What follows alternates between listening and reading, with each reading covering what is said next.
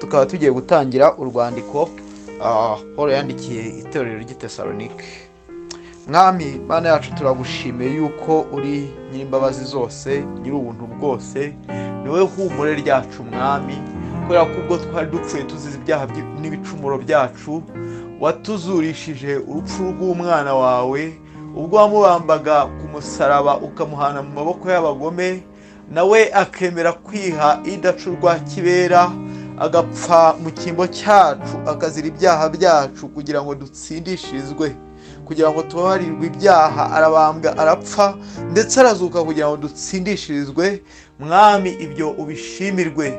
None rero Nyagasani, nk'uko tumaze iminsi turi gusoma uru rwandiko intumwa Paul yandikiye itorero ry'i Tesalonike, aho agera akababwira ngo ku byo gukundana bene data ntabwo twirirwa tubibandikira, kuko Imana yabigishije gukundana.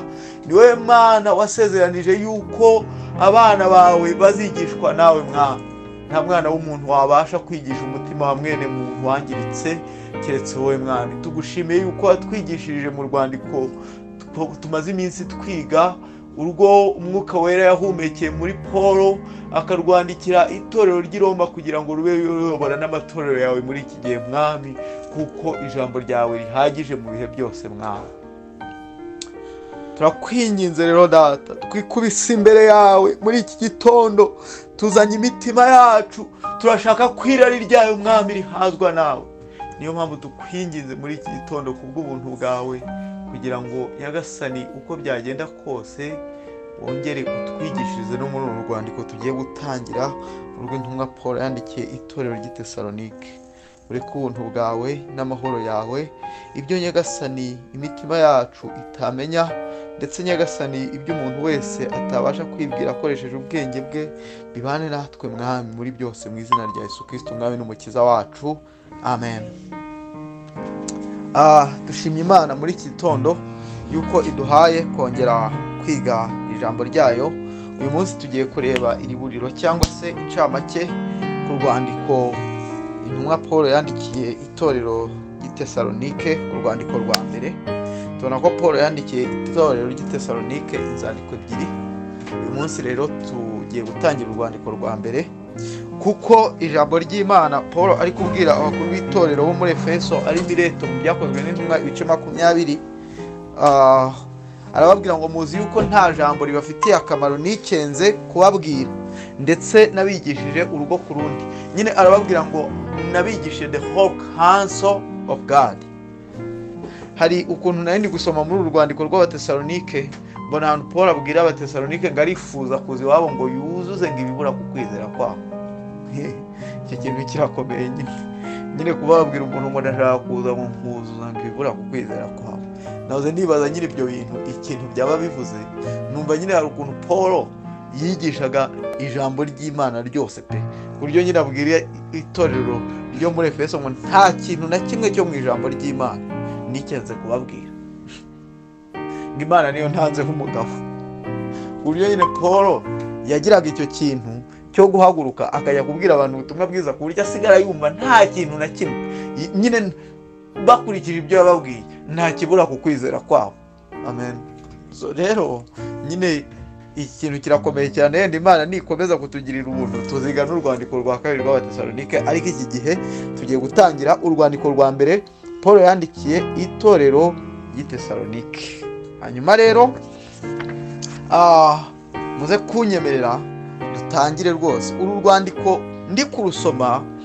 Ubundi izi nzandiko bagiye baziha imitwe bakurikije nyine ibintu yenda nko kuvuga ngo ndabandikiye mwebwe itorero ry'i Tesalonike, bagahita bavuga ngo ni urwandiko Paul yandikiye itorero ry'i Tesalonike.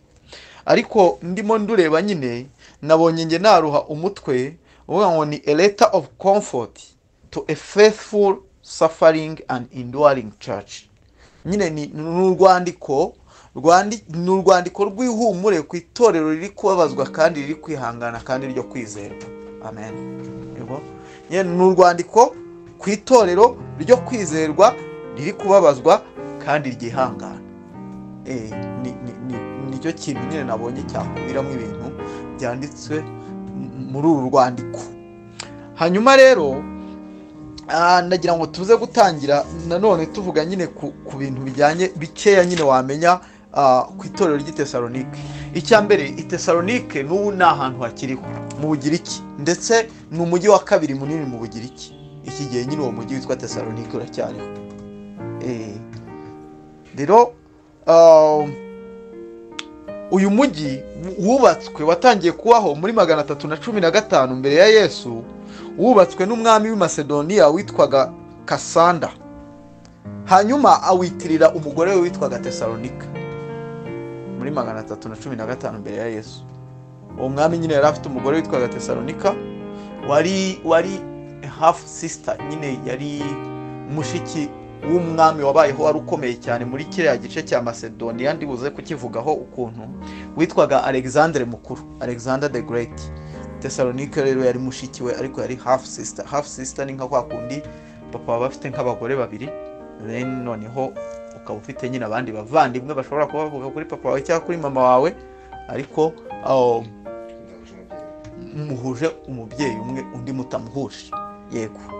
Rero uwo mwami witwaga Kasanda yabayeho nyuma ya Alexandre the Great. Nyuma ye igihe gito asigara nyine ayobora igice cyitwaga Masedoniya, cyari gikomeye, cyabaga mu bice byo mu Burayi iki gihe. Noneho rero muri icyo gihe rero abantu baragendaga nyine bakareba ahantu bakahubaka imijyi. Yubatse umujyi, amaze kuwubaka ahita witirira nyine umugore witwaga Tesalonike muri 315.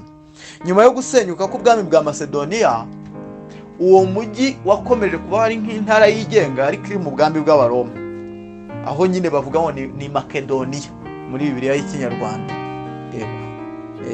Noneho nyine uwo mujyi wakomeje kubaho mu bwami bw'Abaroma, ariko ubaho ari intara yigenga bitaga intara ya Makedoniya. Mu 168 nyine niho wahindutse intara ya Makedoniya, ari intara imwe mu ntara nyinshi zari zigize ubwami bw'abami bw'Abaroma.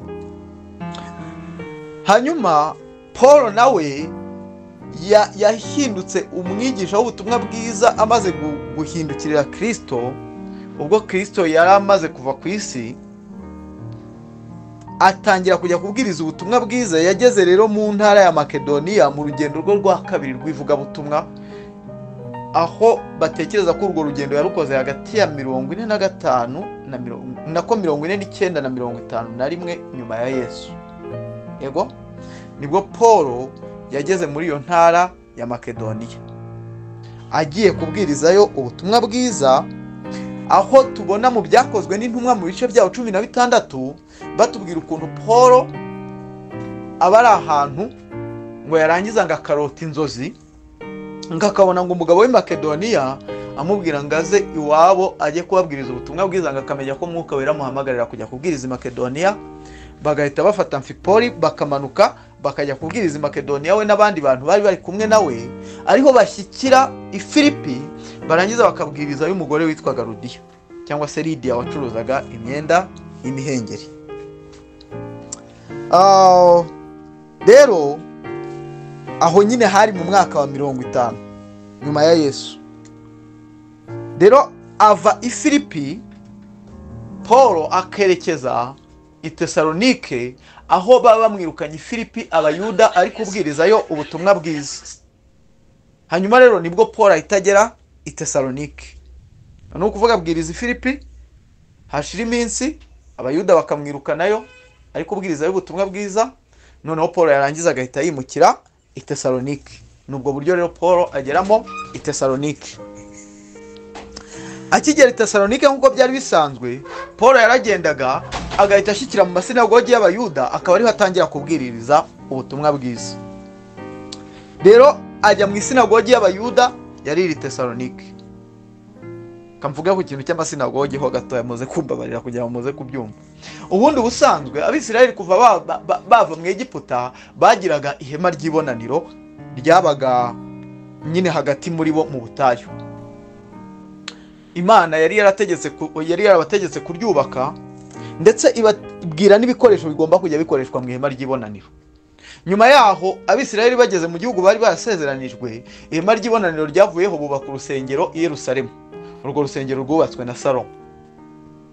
Hanyuma nyuma y'icyo gihe, mu gihe cya Ezra, mu gihe cya Nebukadinezari, urwo rusengero rurasenywa rushyiraho, none abisirayeli bavuye mu bunyage, mu gihe cya Ezra na Nehemiya bongera kubaka urwo rusengero. Ariko icyo gihe ni nabwo nyine Ezra, kuko yarashishikariye kwigisha abantu amategeko y'Imana, ntabwo byari bikwiye ko habaho urusengero gusa, ahubwo batangiye kubaka inzu ntoya ahandi hantu hagiye hatandukanye i Yudaya. Ego, izo nzu rero nizo bitaga amasinagogi, ku buryo zari inzu zabagamwe abagabo bitaga abafarisayo bigishaga amategeko y'Imana. Ni ukuvuga zabaga ahantu hose. Rero abisirayeli uko bagiye batatana, aho bagiye batatanira bajyanye uwo muco wo kujya bagenda bakubaka amasinagogi. Ndetse bajya batubwira umugabo umwe witwaga, hari umugabo umwe wari umutware w'ingabo, bajya batubwira mu butumwa bwiza, uwo ngo nawe yari yarubatse ikenga abisirayeli ngo isinagogi, nubwo yari umunyamahanga.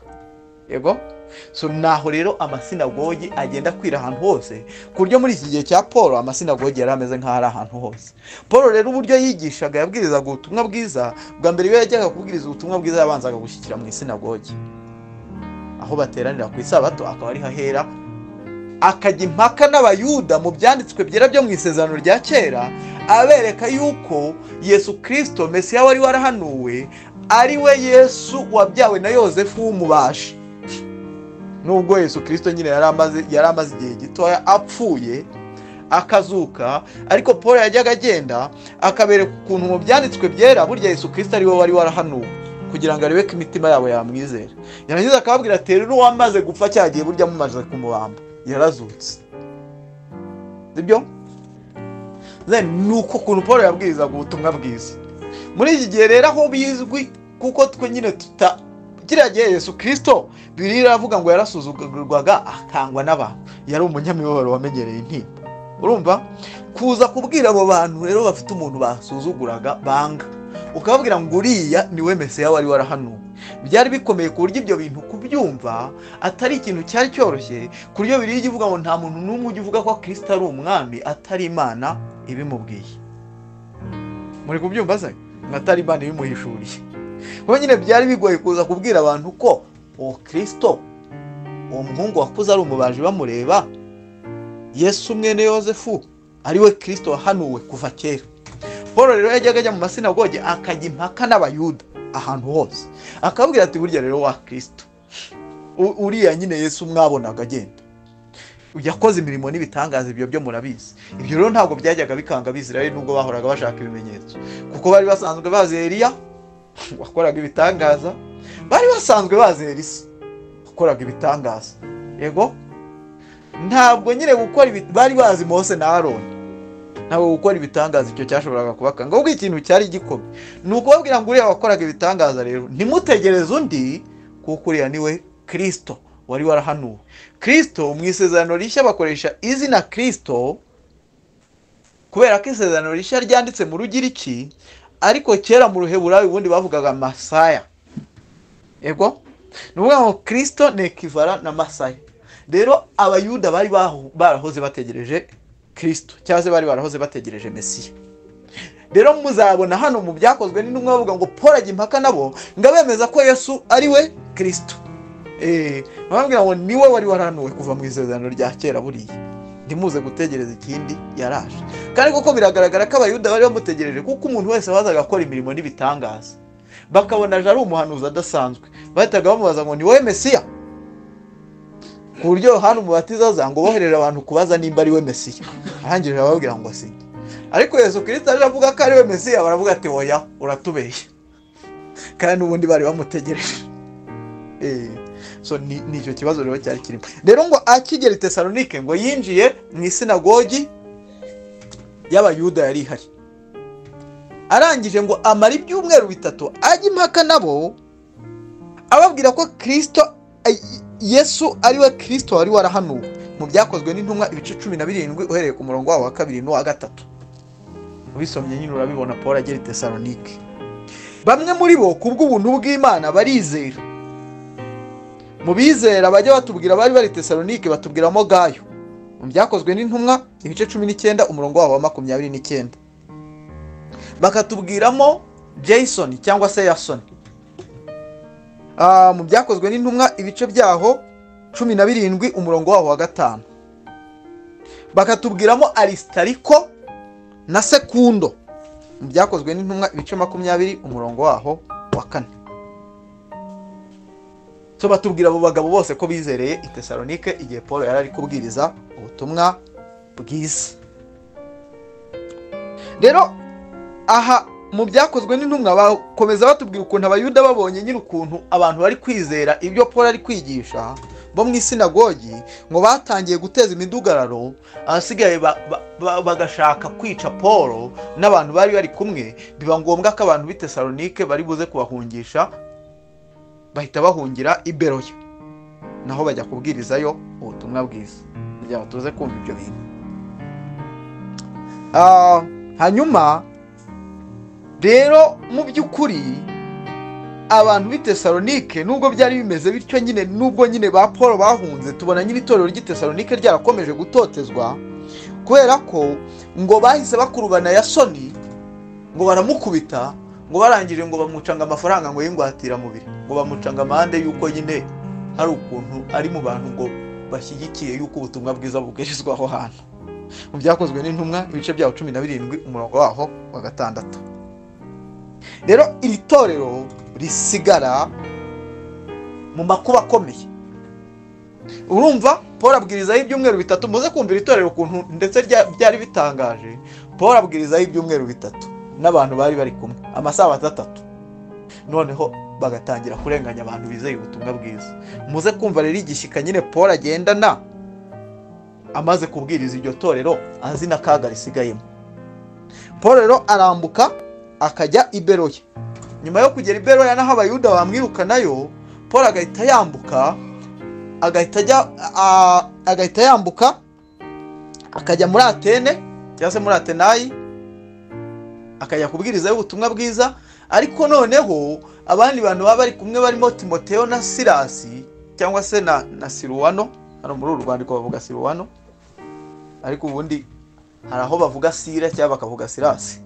Hari abapagani bajya babona handitse ngo Pawulo na Sira, bakavuga ngo Sira ngo yari umugore wa Paulo, ndetse nta nubwo bavuga ko ari Sira, ahubwo baravuga ngo na Sira.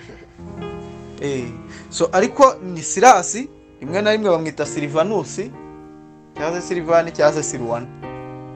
So hari ahantu nyine bibiri igenda imwita ayo mazina yose. Rero biba ngombwa ko Timoteyo na Sira basigara i Beroya, cyahoze ngo nyuma bakazasanga Paul muri Atenayi. Iyo bamaze gusanga Paul muri Atenayi rero, Paul kubera ukuntu aba afite igishyika cy'itorero ry'i Tesalonike, Paul ahita afata Timoteyo yarangiza akamwohereza i Tesalonike ngo ajye kureba ukuntu itorero ry'i Tesalonike babwirije ibyumweru 3 gusa rigahita risigara mu makuba uko rimeze. Nibyo yandika mu gice cya 3 cy'uru rwandiko, avuga ngo tubonye ko tutagishoboye kwihangana, twohereza Timoteyo, umukozi w'Imana ubwiriza ubutumwa bwiza kugira ngo aze abakomeze. Amen. Yego. Rero nyuma yaho Paul ava aho yarari muri Atenayi agahita ajya i Korinto mu byakozwe n'intumwa ibice 18 umurongo waho wa 5. Noneho ari Korinto niho Timoteyo yaza kumusanga, akaza none hamubwira ukuntu itorero ry'i Tesalonike rimeze. Yamara kumubwira ukuntu itorero ry'i Tesalonike rimeze, Paul agashingira ku byo Timoteyo yamubwiye yandika uru rwandiko yandikiye itorero ry'i Tesalonike. Ubwo twari turi kureba nka background cyangwa se historical background y'uru rwandiko, ibyo cyangwa se nyine amateka yerekeranye n'uru rwandiko. Hanyuma rero ndagira ngo tuze kureba noneho uru rwandiko uko rumeze, ntabwo turi buze gutinda. Uru rwandiko rero nababwiye ko rwose ari urwandiko rwandikiwe itorero riri faithful cyangwa se itorero ryo kwizerwa riri mu makuba ndetse ribabazwa, ari nk'urwandiko rw'ihumure kuri ryo, biterwa na report cyangwa se n'amakuru Timoteyo yarazaniye Paul bari Korinto. rero tubona uru rwandiko nibura rwaranditswe hagati y'umwaka wa 50 na 51 igihe Paul yari ari i Korinto, ndetse tukabona uru rwandiko ubundi bavuga ko ari rwo rwandiko rwa kabiri rwo mu isezerano rishya. Nyine bavuga ko ari cyo gitabo cya kabiri cyabonetse mu isezerano rishya. Mutazajya mubona bitondetse mugahita mwumva Matayo ni rwo rwanditswe mbere. Oya, bamwe bavuga ko urwandiko Paul yandikiye Abagalatiya ari rwo rwa mbere yanditse muri 49, uru rero ni urwa kabiri. Yego. So hanyuma rero uru rwandiko rero rumeze rute? Bavandimwe, tubona iri torero ari itorero ryari riri faithful. Nyina ari itorero ngo ryari rifite kwizera, kandi ari itorero ryo kwizerwa naryo ubwaryo kubera ukuntu ngo kwizera kwari twarabyaye imirimo myiza muri ryo, cyangwa se ukuntu iryo torero ryari rishikamye ku kwizera. Icyambere, iyo turi gusoma mu byanditswe byera tubona batubwira ko mu gice cya mbere, ndagira ngo tugende tuhasoma noneho tujye muri uru rwandiko neza tutabumbye Bibiliya zacu. Yageze kureba nyine ukuntu iri torero ryari itorero riri faithful, kandi ari itorero nanone riri mu mibabaro myinshi, riri muri affliction, riri mu karengane. Icya gatatu tuze kureba ihumure Paul aha iri torero, sibyo? Urwandiko rwa mbere rwandikiwe itorero i Tesalonike. Tugereyo abandi. Ego hano mu gice cya mbere umurongo wawo wa 4 haravuga ngo, ndebye mu rwa kabiri mu mbabarire, haravuga ngo bene data bakundwa n'Imana, tuzi ko mwatoranijwe nayo, ngo kuko ubutumwa bwiza twahawe butabagezeho ari amagambo gusa. Ngo ni abantu bakiriye ubutumwa bwiza, ngo ntibubagereho ari amagambo gusa. Sibyo? Icyo ni icyambere cyo kwizera kwabo, nuko ubutumwa bwiza bubageraho batabwakiriye nk'aho Paul n'abantu bari bari kumwe babwiriza ubutumwa bwiza i Tesalonike baje bababwira ibintu bisanzwe, ahubwo rwose ngo babwakiriye badashidikanya, babwakira nk'aho ari ijambo ry'Imana. Dore ukuntu hano babavuga mu gice cya kabiri umurongo wawo wa 13, ngicyo dushimira Imana ubudasiba nuko ubwo twabahaga ijambo ry'ubutumwa bwiza ari ryo jambo ry'Imana mutaryemeye nk'ari ijambo ry'abantu, ahubwo mwaryemeye nk'ijambo ry'Imana nk'uko riri koko, kandi rigakorera muri mwe abizera. Sibyo? Ngo ni itorero ryakiriye ubutumwa bwiza, ngo rirangirire bwakira rwose nk'aho ari ijambo ry'Imana. Ikindi ngo ntabwo iri torero ryakiriye ubutumwa bwiza nk'aho ari amagambo gusa, ahubwo ngo bwabagezemo ari imbaraga ibasha kubahindura. Ikindi cya kabiri batubwira hano muze kucyumva, nuko bemeye ijambo ry'Imana nk'aho atari ijambo ry'abantu. Ubwo icyambere nuko ubutumwa bwiza bwabagezeho atari amagambo gusa, ahubwo bwabagezeho hari imbaraga. Icya kabiri nuko bemeye ijambo ry'Imana nk'aho atari ijambo ry'abantu. Ibice bibiri umurongo wawo wa 13. Icya gatatu turareba mu gice cya mbere umurongo wawo wa 9. Igice cya mbere umurongo wawo wa 9 haravuga ngo, igice cya mbere umurongo wawo wa 9, ngo kuko ubwabo bajya bavuga uburyo twabasuye nuko mwahindukiriye Imana mwimuye ibigirwamana, ngo mubone uko mukorera Imana y'ukuri kandi ihoraho. Amen. Ego baravuga ngo aba bantu ubutumwa bwiza bubageraho, ngo bavuye ku bigirwamana, ngo barangije bahindukirira iki? Imana. Kandi ibyo bintu ngo n'abandi bantu bajya babivuga, ntabwo ari aba bantu ubwabo babihamya. Aba nyine nukuvuga ngo bagize radical change, ubutumwa bwiza bumaze kubageraho. Ubu ubutumwa bwiza nyine iyo bugeze ku muntu bufata umuntu wajyaga hariya bukamuhindukiza akajya hariya. Ngize imbaraga z'ubutumwa bwiza, bufata umuntu bukamuca ku bigirwamana agatangira kuramya Imana nzima. Ntabwo nyine buza ari amagambo. So rero tubona iri torero ry'i Tesalonike ryari riri faithful ku buryo ubutumwa bwiza bwabagezeho, ngo bagahindukira bakava ku bigirwamana bagatangira kuramya Imana nzima ngo ihoraho. Sibyo? Ikindi kintu bavugaho rero, bavuga ko aba bantu batahindukira Imana nzima gusa, ngo ahubwo ngo ni nabo ngo ijambo ry'Imana ngo ryaturutseho ryamamara i Makedoniya no muri Akaya. sibyo?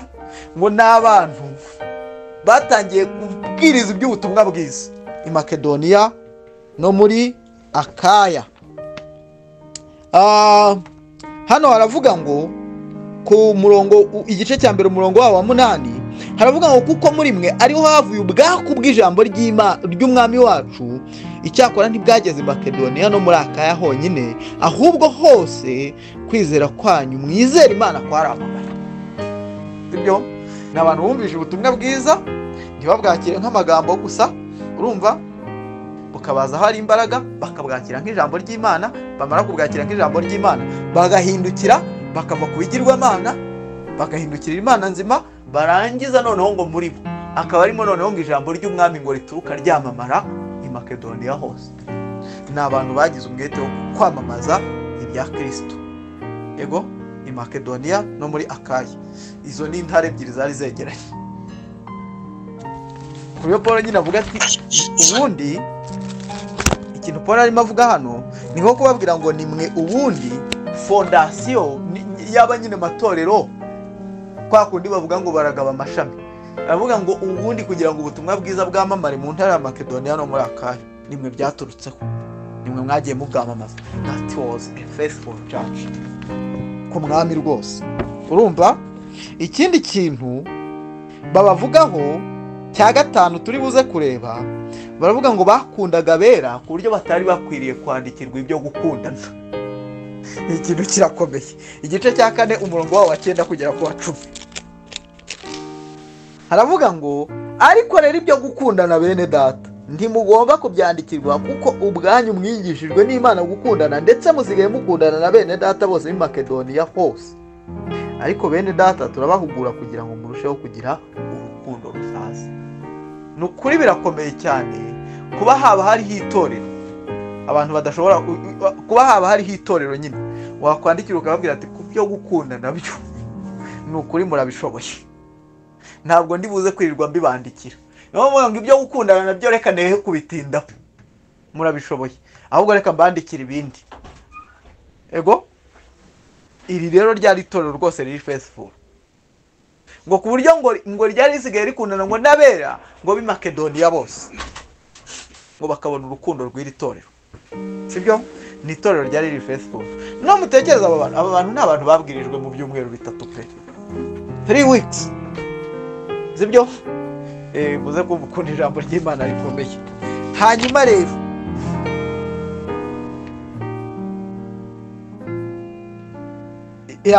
ikindi batubwira ko iri torero ari itorero ryari riri mu makuba.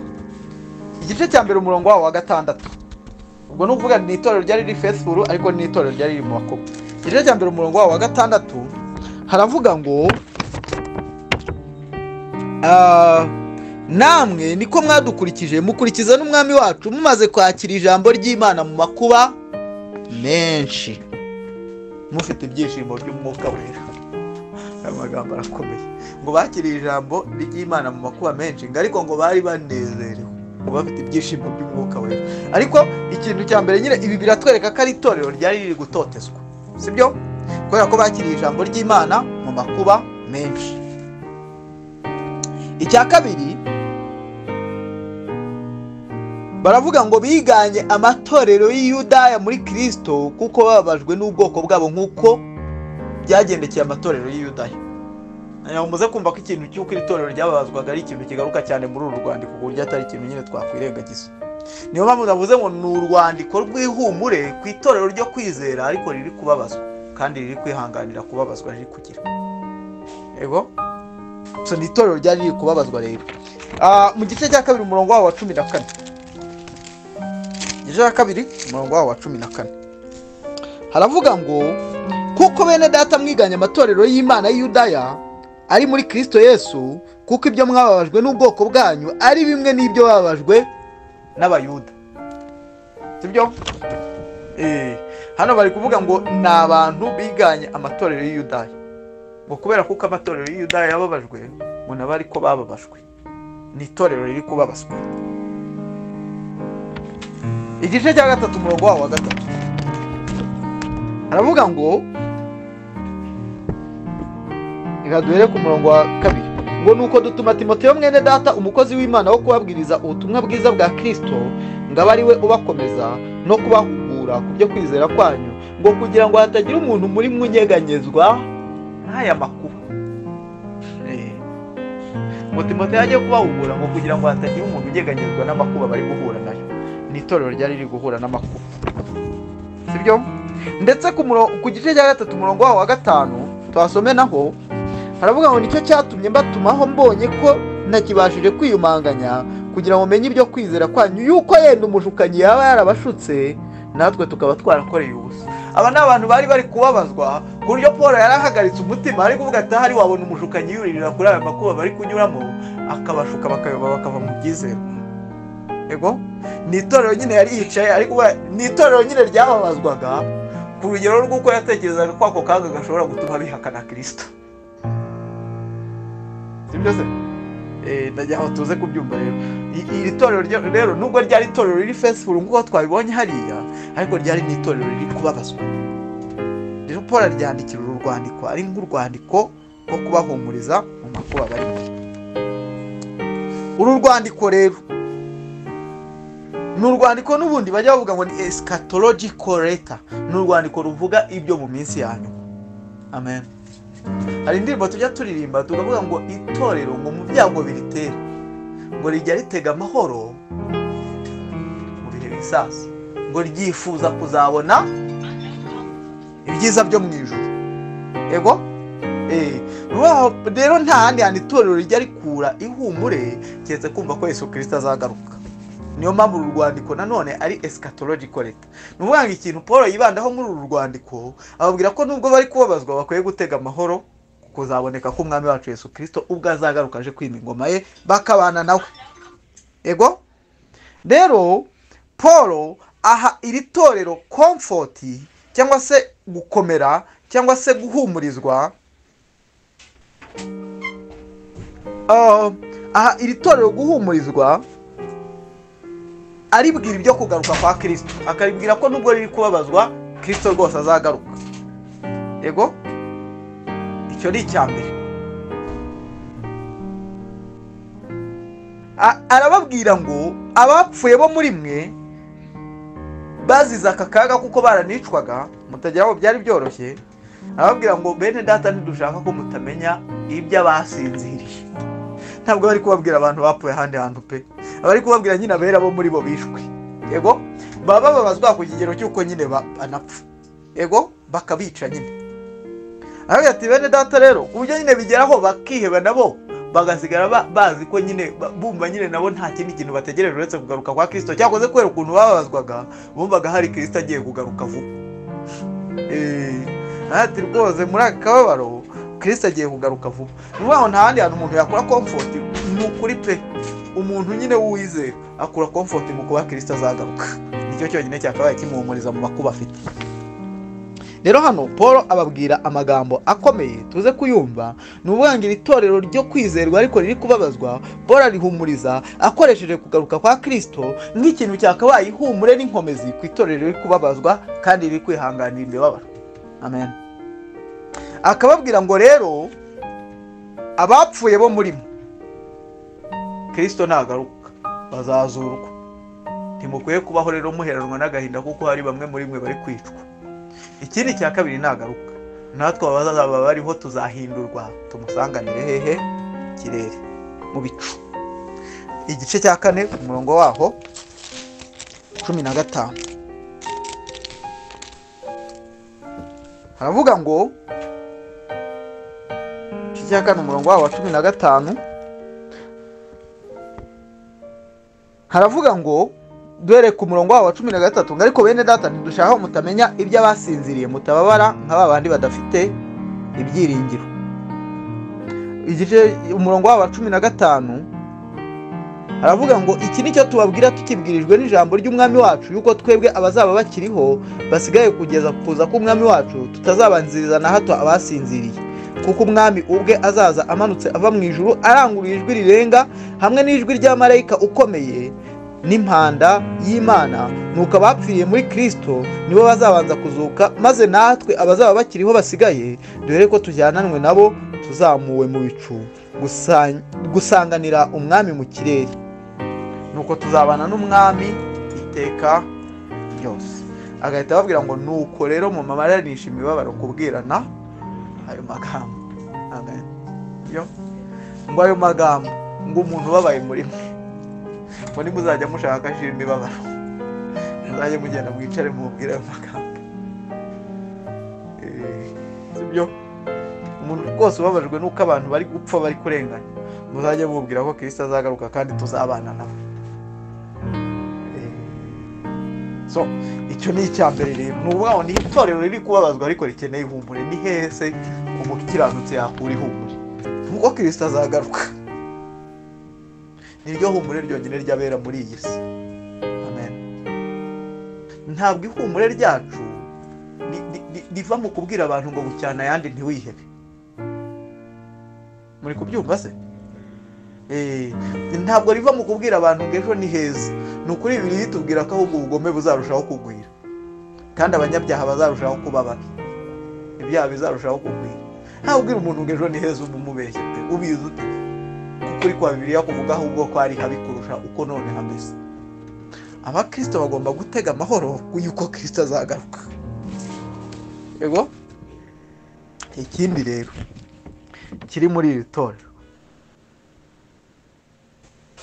arababwira mu maranisha imibabaro kubwirana ayo magambo. Ikindi rero arababwira ngo abatizera bazahura n'umujinya w'Imana igihe abizera bazaragwa agakiza. Amen. Ngo ubwo Kristo azagaruka. Yego? Iryo naryo ni ihumure. Abibabwira rero mu gice cya mbere umurongo waho wa 10, twongere tuharebe. Igice cya mbere umurongo waho wa 10. Igice cya mbere umurongo waho wa 10. Ariko wareba neza, haravuga ngo duhereye ku murongo waho wa 9, haravuga ngo kuko ubwabo bajya bavuga uburyo twabasuye nuko mwahindukiriye Imana mwimuye ibigirwamana, ngo umuntu uko mukorera Imana nyakuri kandi ihoraho, ngo no gutegereza umwana wayo uzava mu ijuru, uwo yazuye mu bapfuye ari we Yesu Kristo, uzadukiza umujinya uzatera. Ngo abizera bazakizwa iki? Umujinya w'Imana, ubwo Kristo azagaruka avuye mu ijuru. Niyo mpamvu iki gihe twakirijwe turi gukizwa kandi tuzakizwa. Bibiliya rwose igigaragaza agakiza mu gihe kizaza. Ngo ni umwana wayo uzadukiza iki? Umujinya w'Imana. Ryari? Mu gihe kizaza. Amen. Nibyo? Ni icyambere. Ikindi cya kabiri rero, iyo turebye mu bice 5 umurongo waho wa 2 kugeza ku wa 4. Bice 5 umurongo waho wa 2 kugeza ku wa 4, haravuga ngo kuko ubwanyu muzi neza yuko umunsi w'umwami wacu uzaza nk'uko umujura aza nijoro, ubwo bazaba bavuga bati ni amahoro nta kibi kiriho, nibwo kurimbuka kuzabatungura nk'uko ibise bitungura umugore utwite, kandi ntibazabasha kubikirana hato. Amen. Yego? Ngo ni igihe Kristo azaza, ubwo Imana izarimbura abanyabyaha. Noneho rero ikintu gitangaje, mwumve ikintu gitangaje nabonye muri uru rwandiko. Uzi ko bavuga ko Kristo azaza, ubwo abantu bazaba bavuga ngo ni amahoro nta kibi kiriho. Ibyo bintu biratangaje cyane.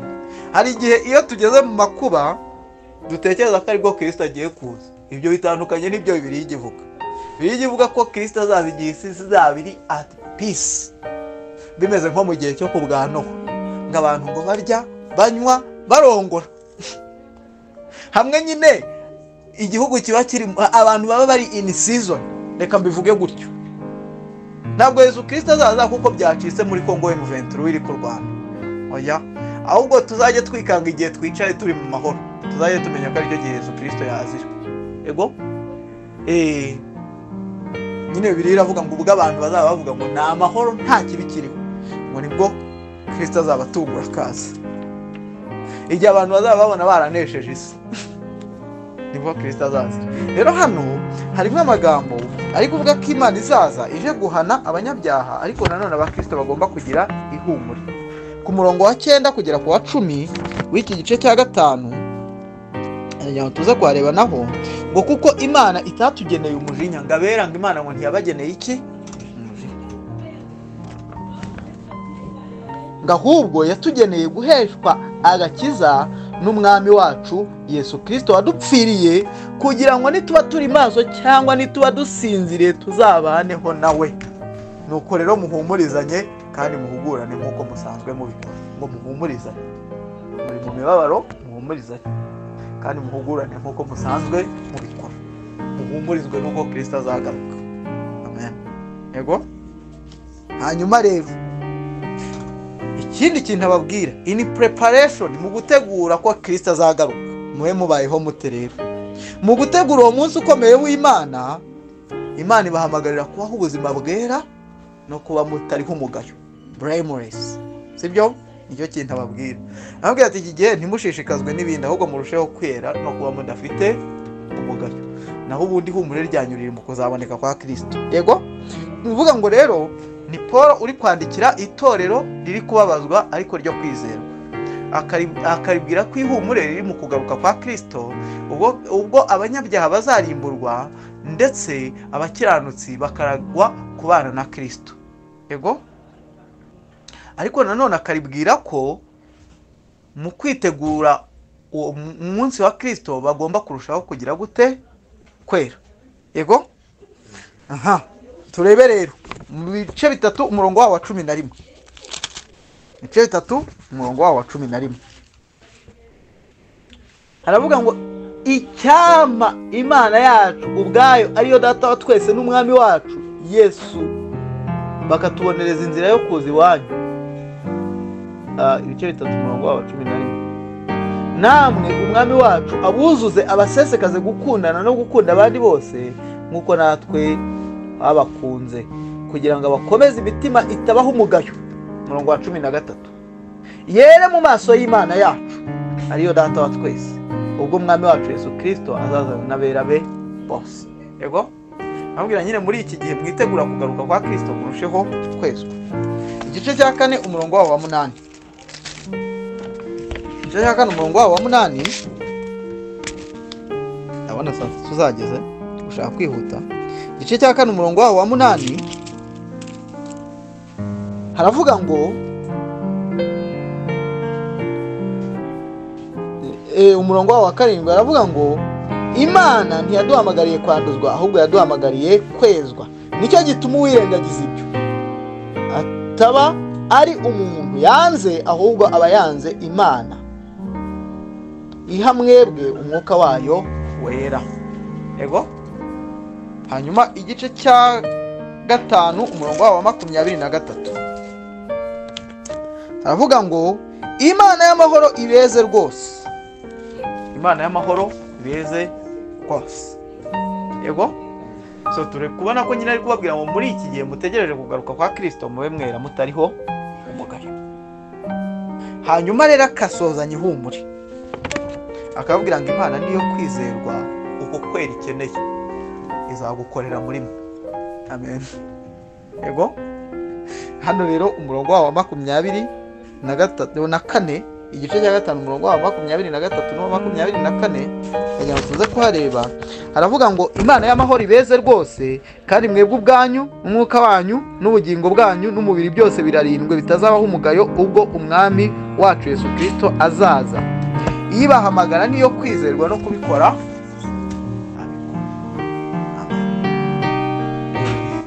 So ni irezime y'urwandiko rw'Abatesalonike tugerageje nyine kuruvuga uko rumeze. Ibi rero rwose nibyo tuzaba tureba muri uru rwandiko rw'Abatesalonike. Uru rwandiko nyine Paul yandikiye itorero ry'Itesalonike. Bavandimwe rero amahoro y'Imana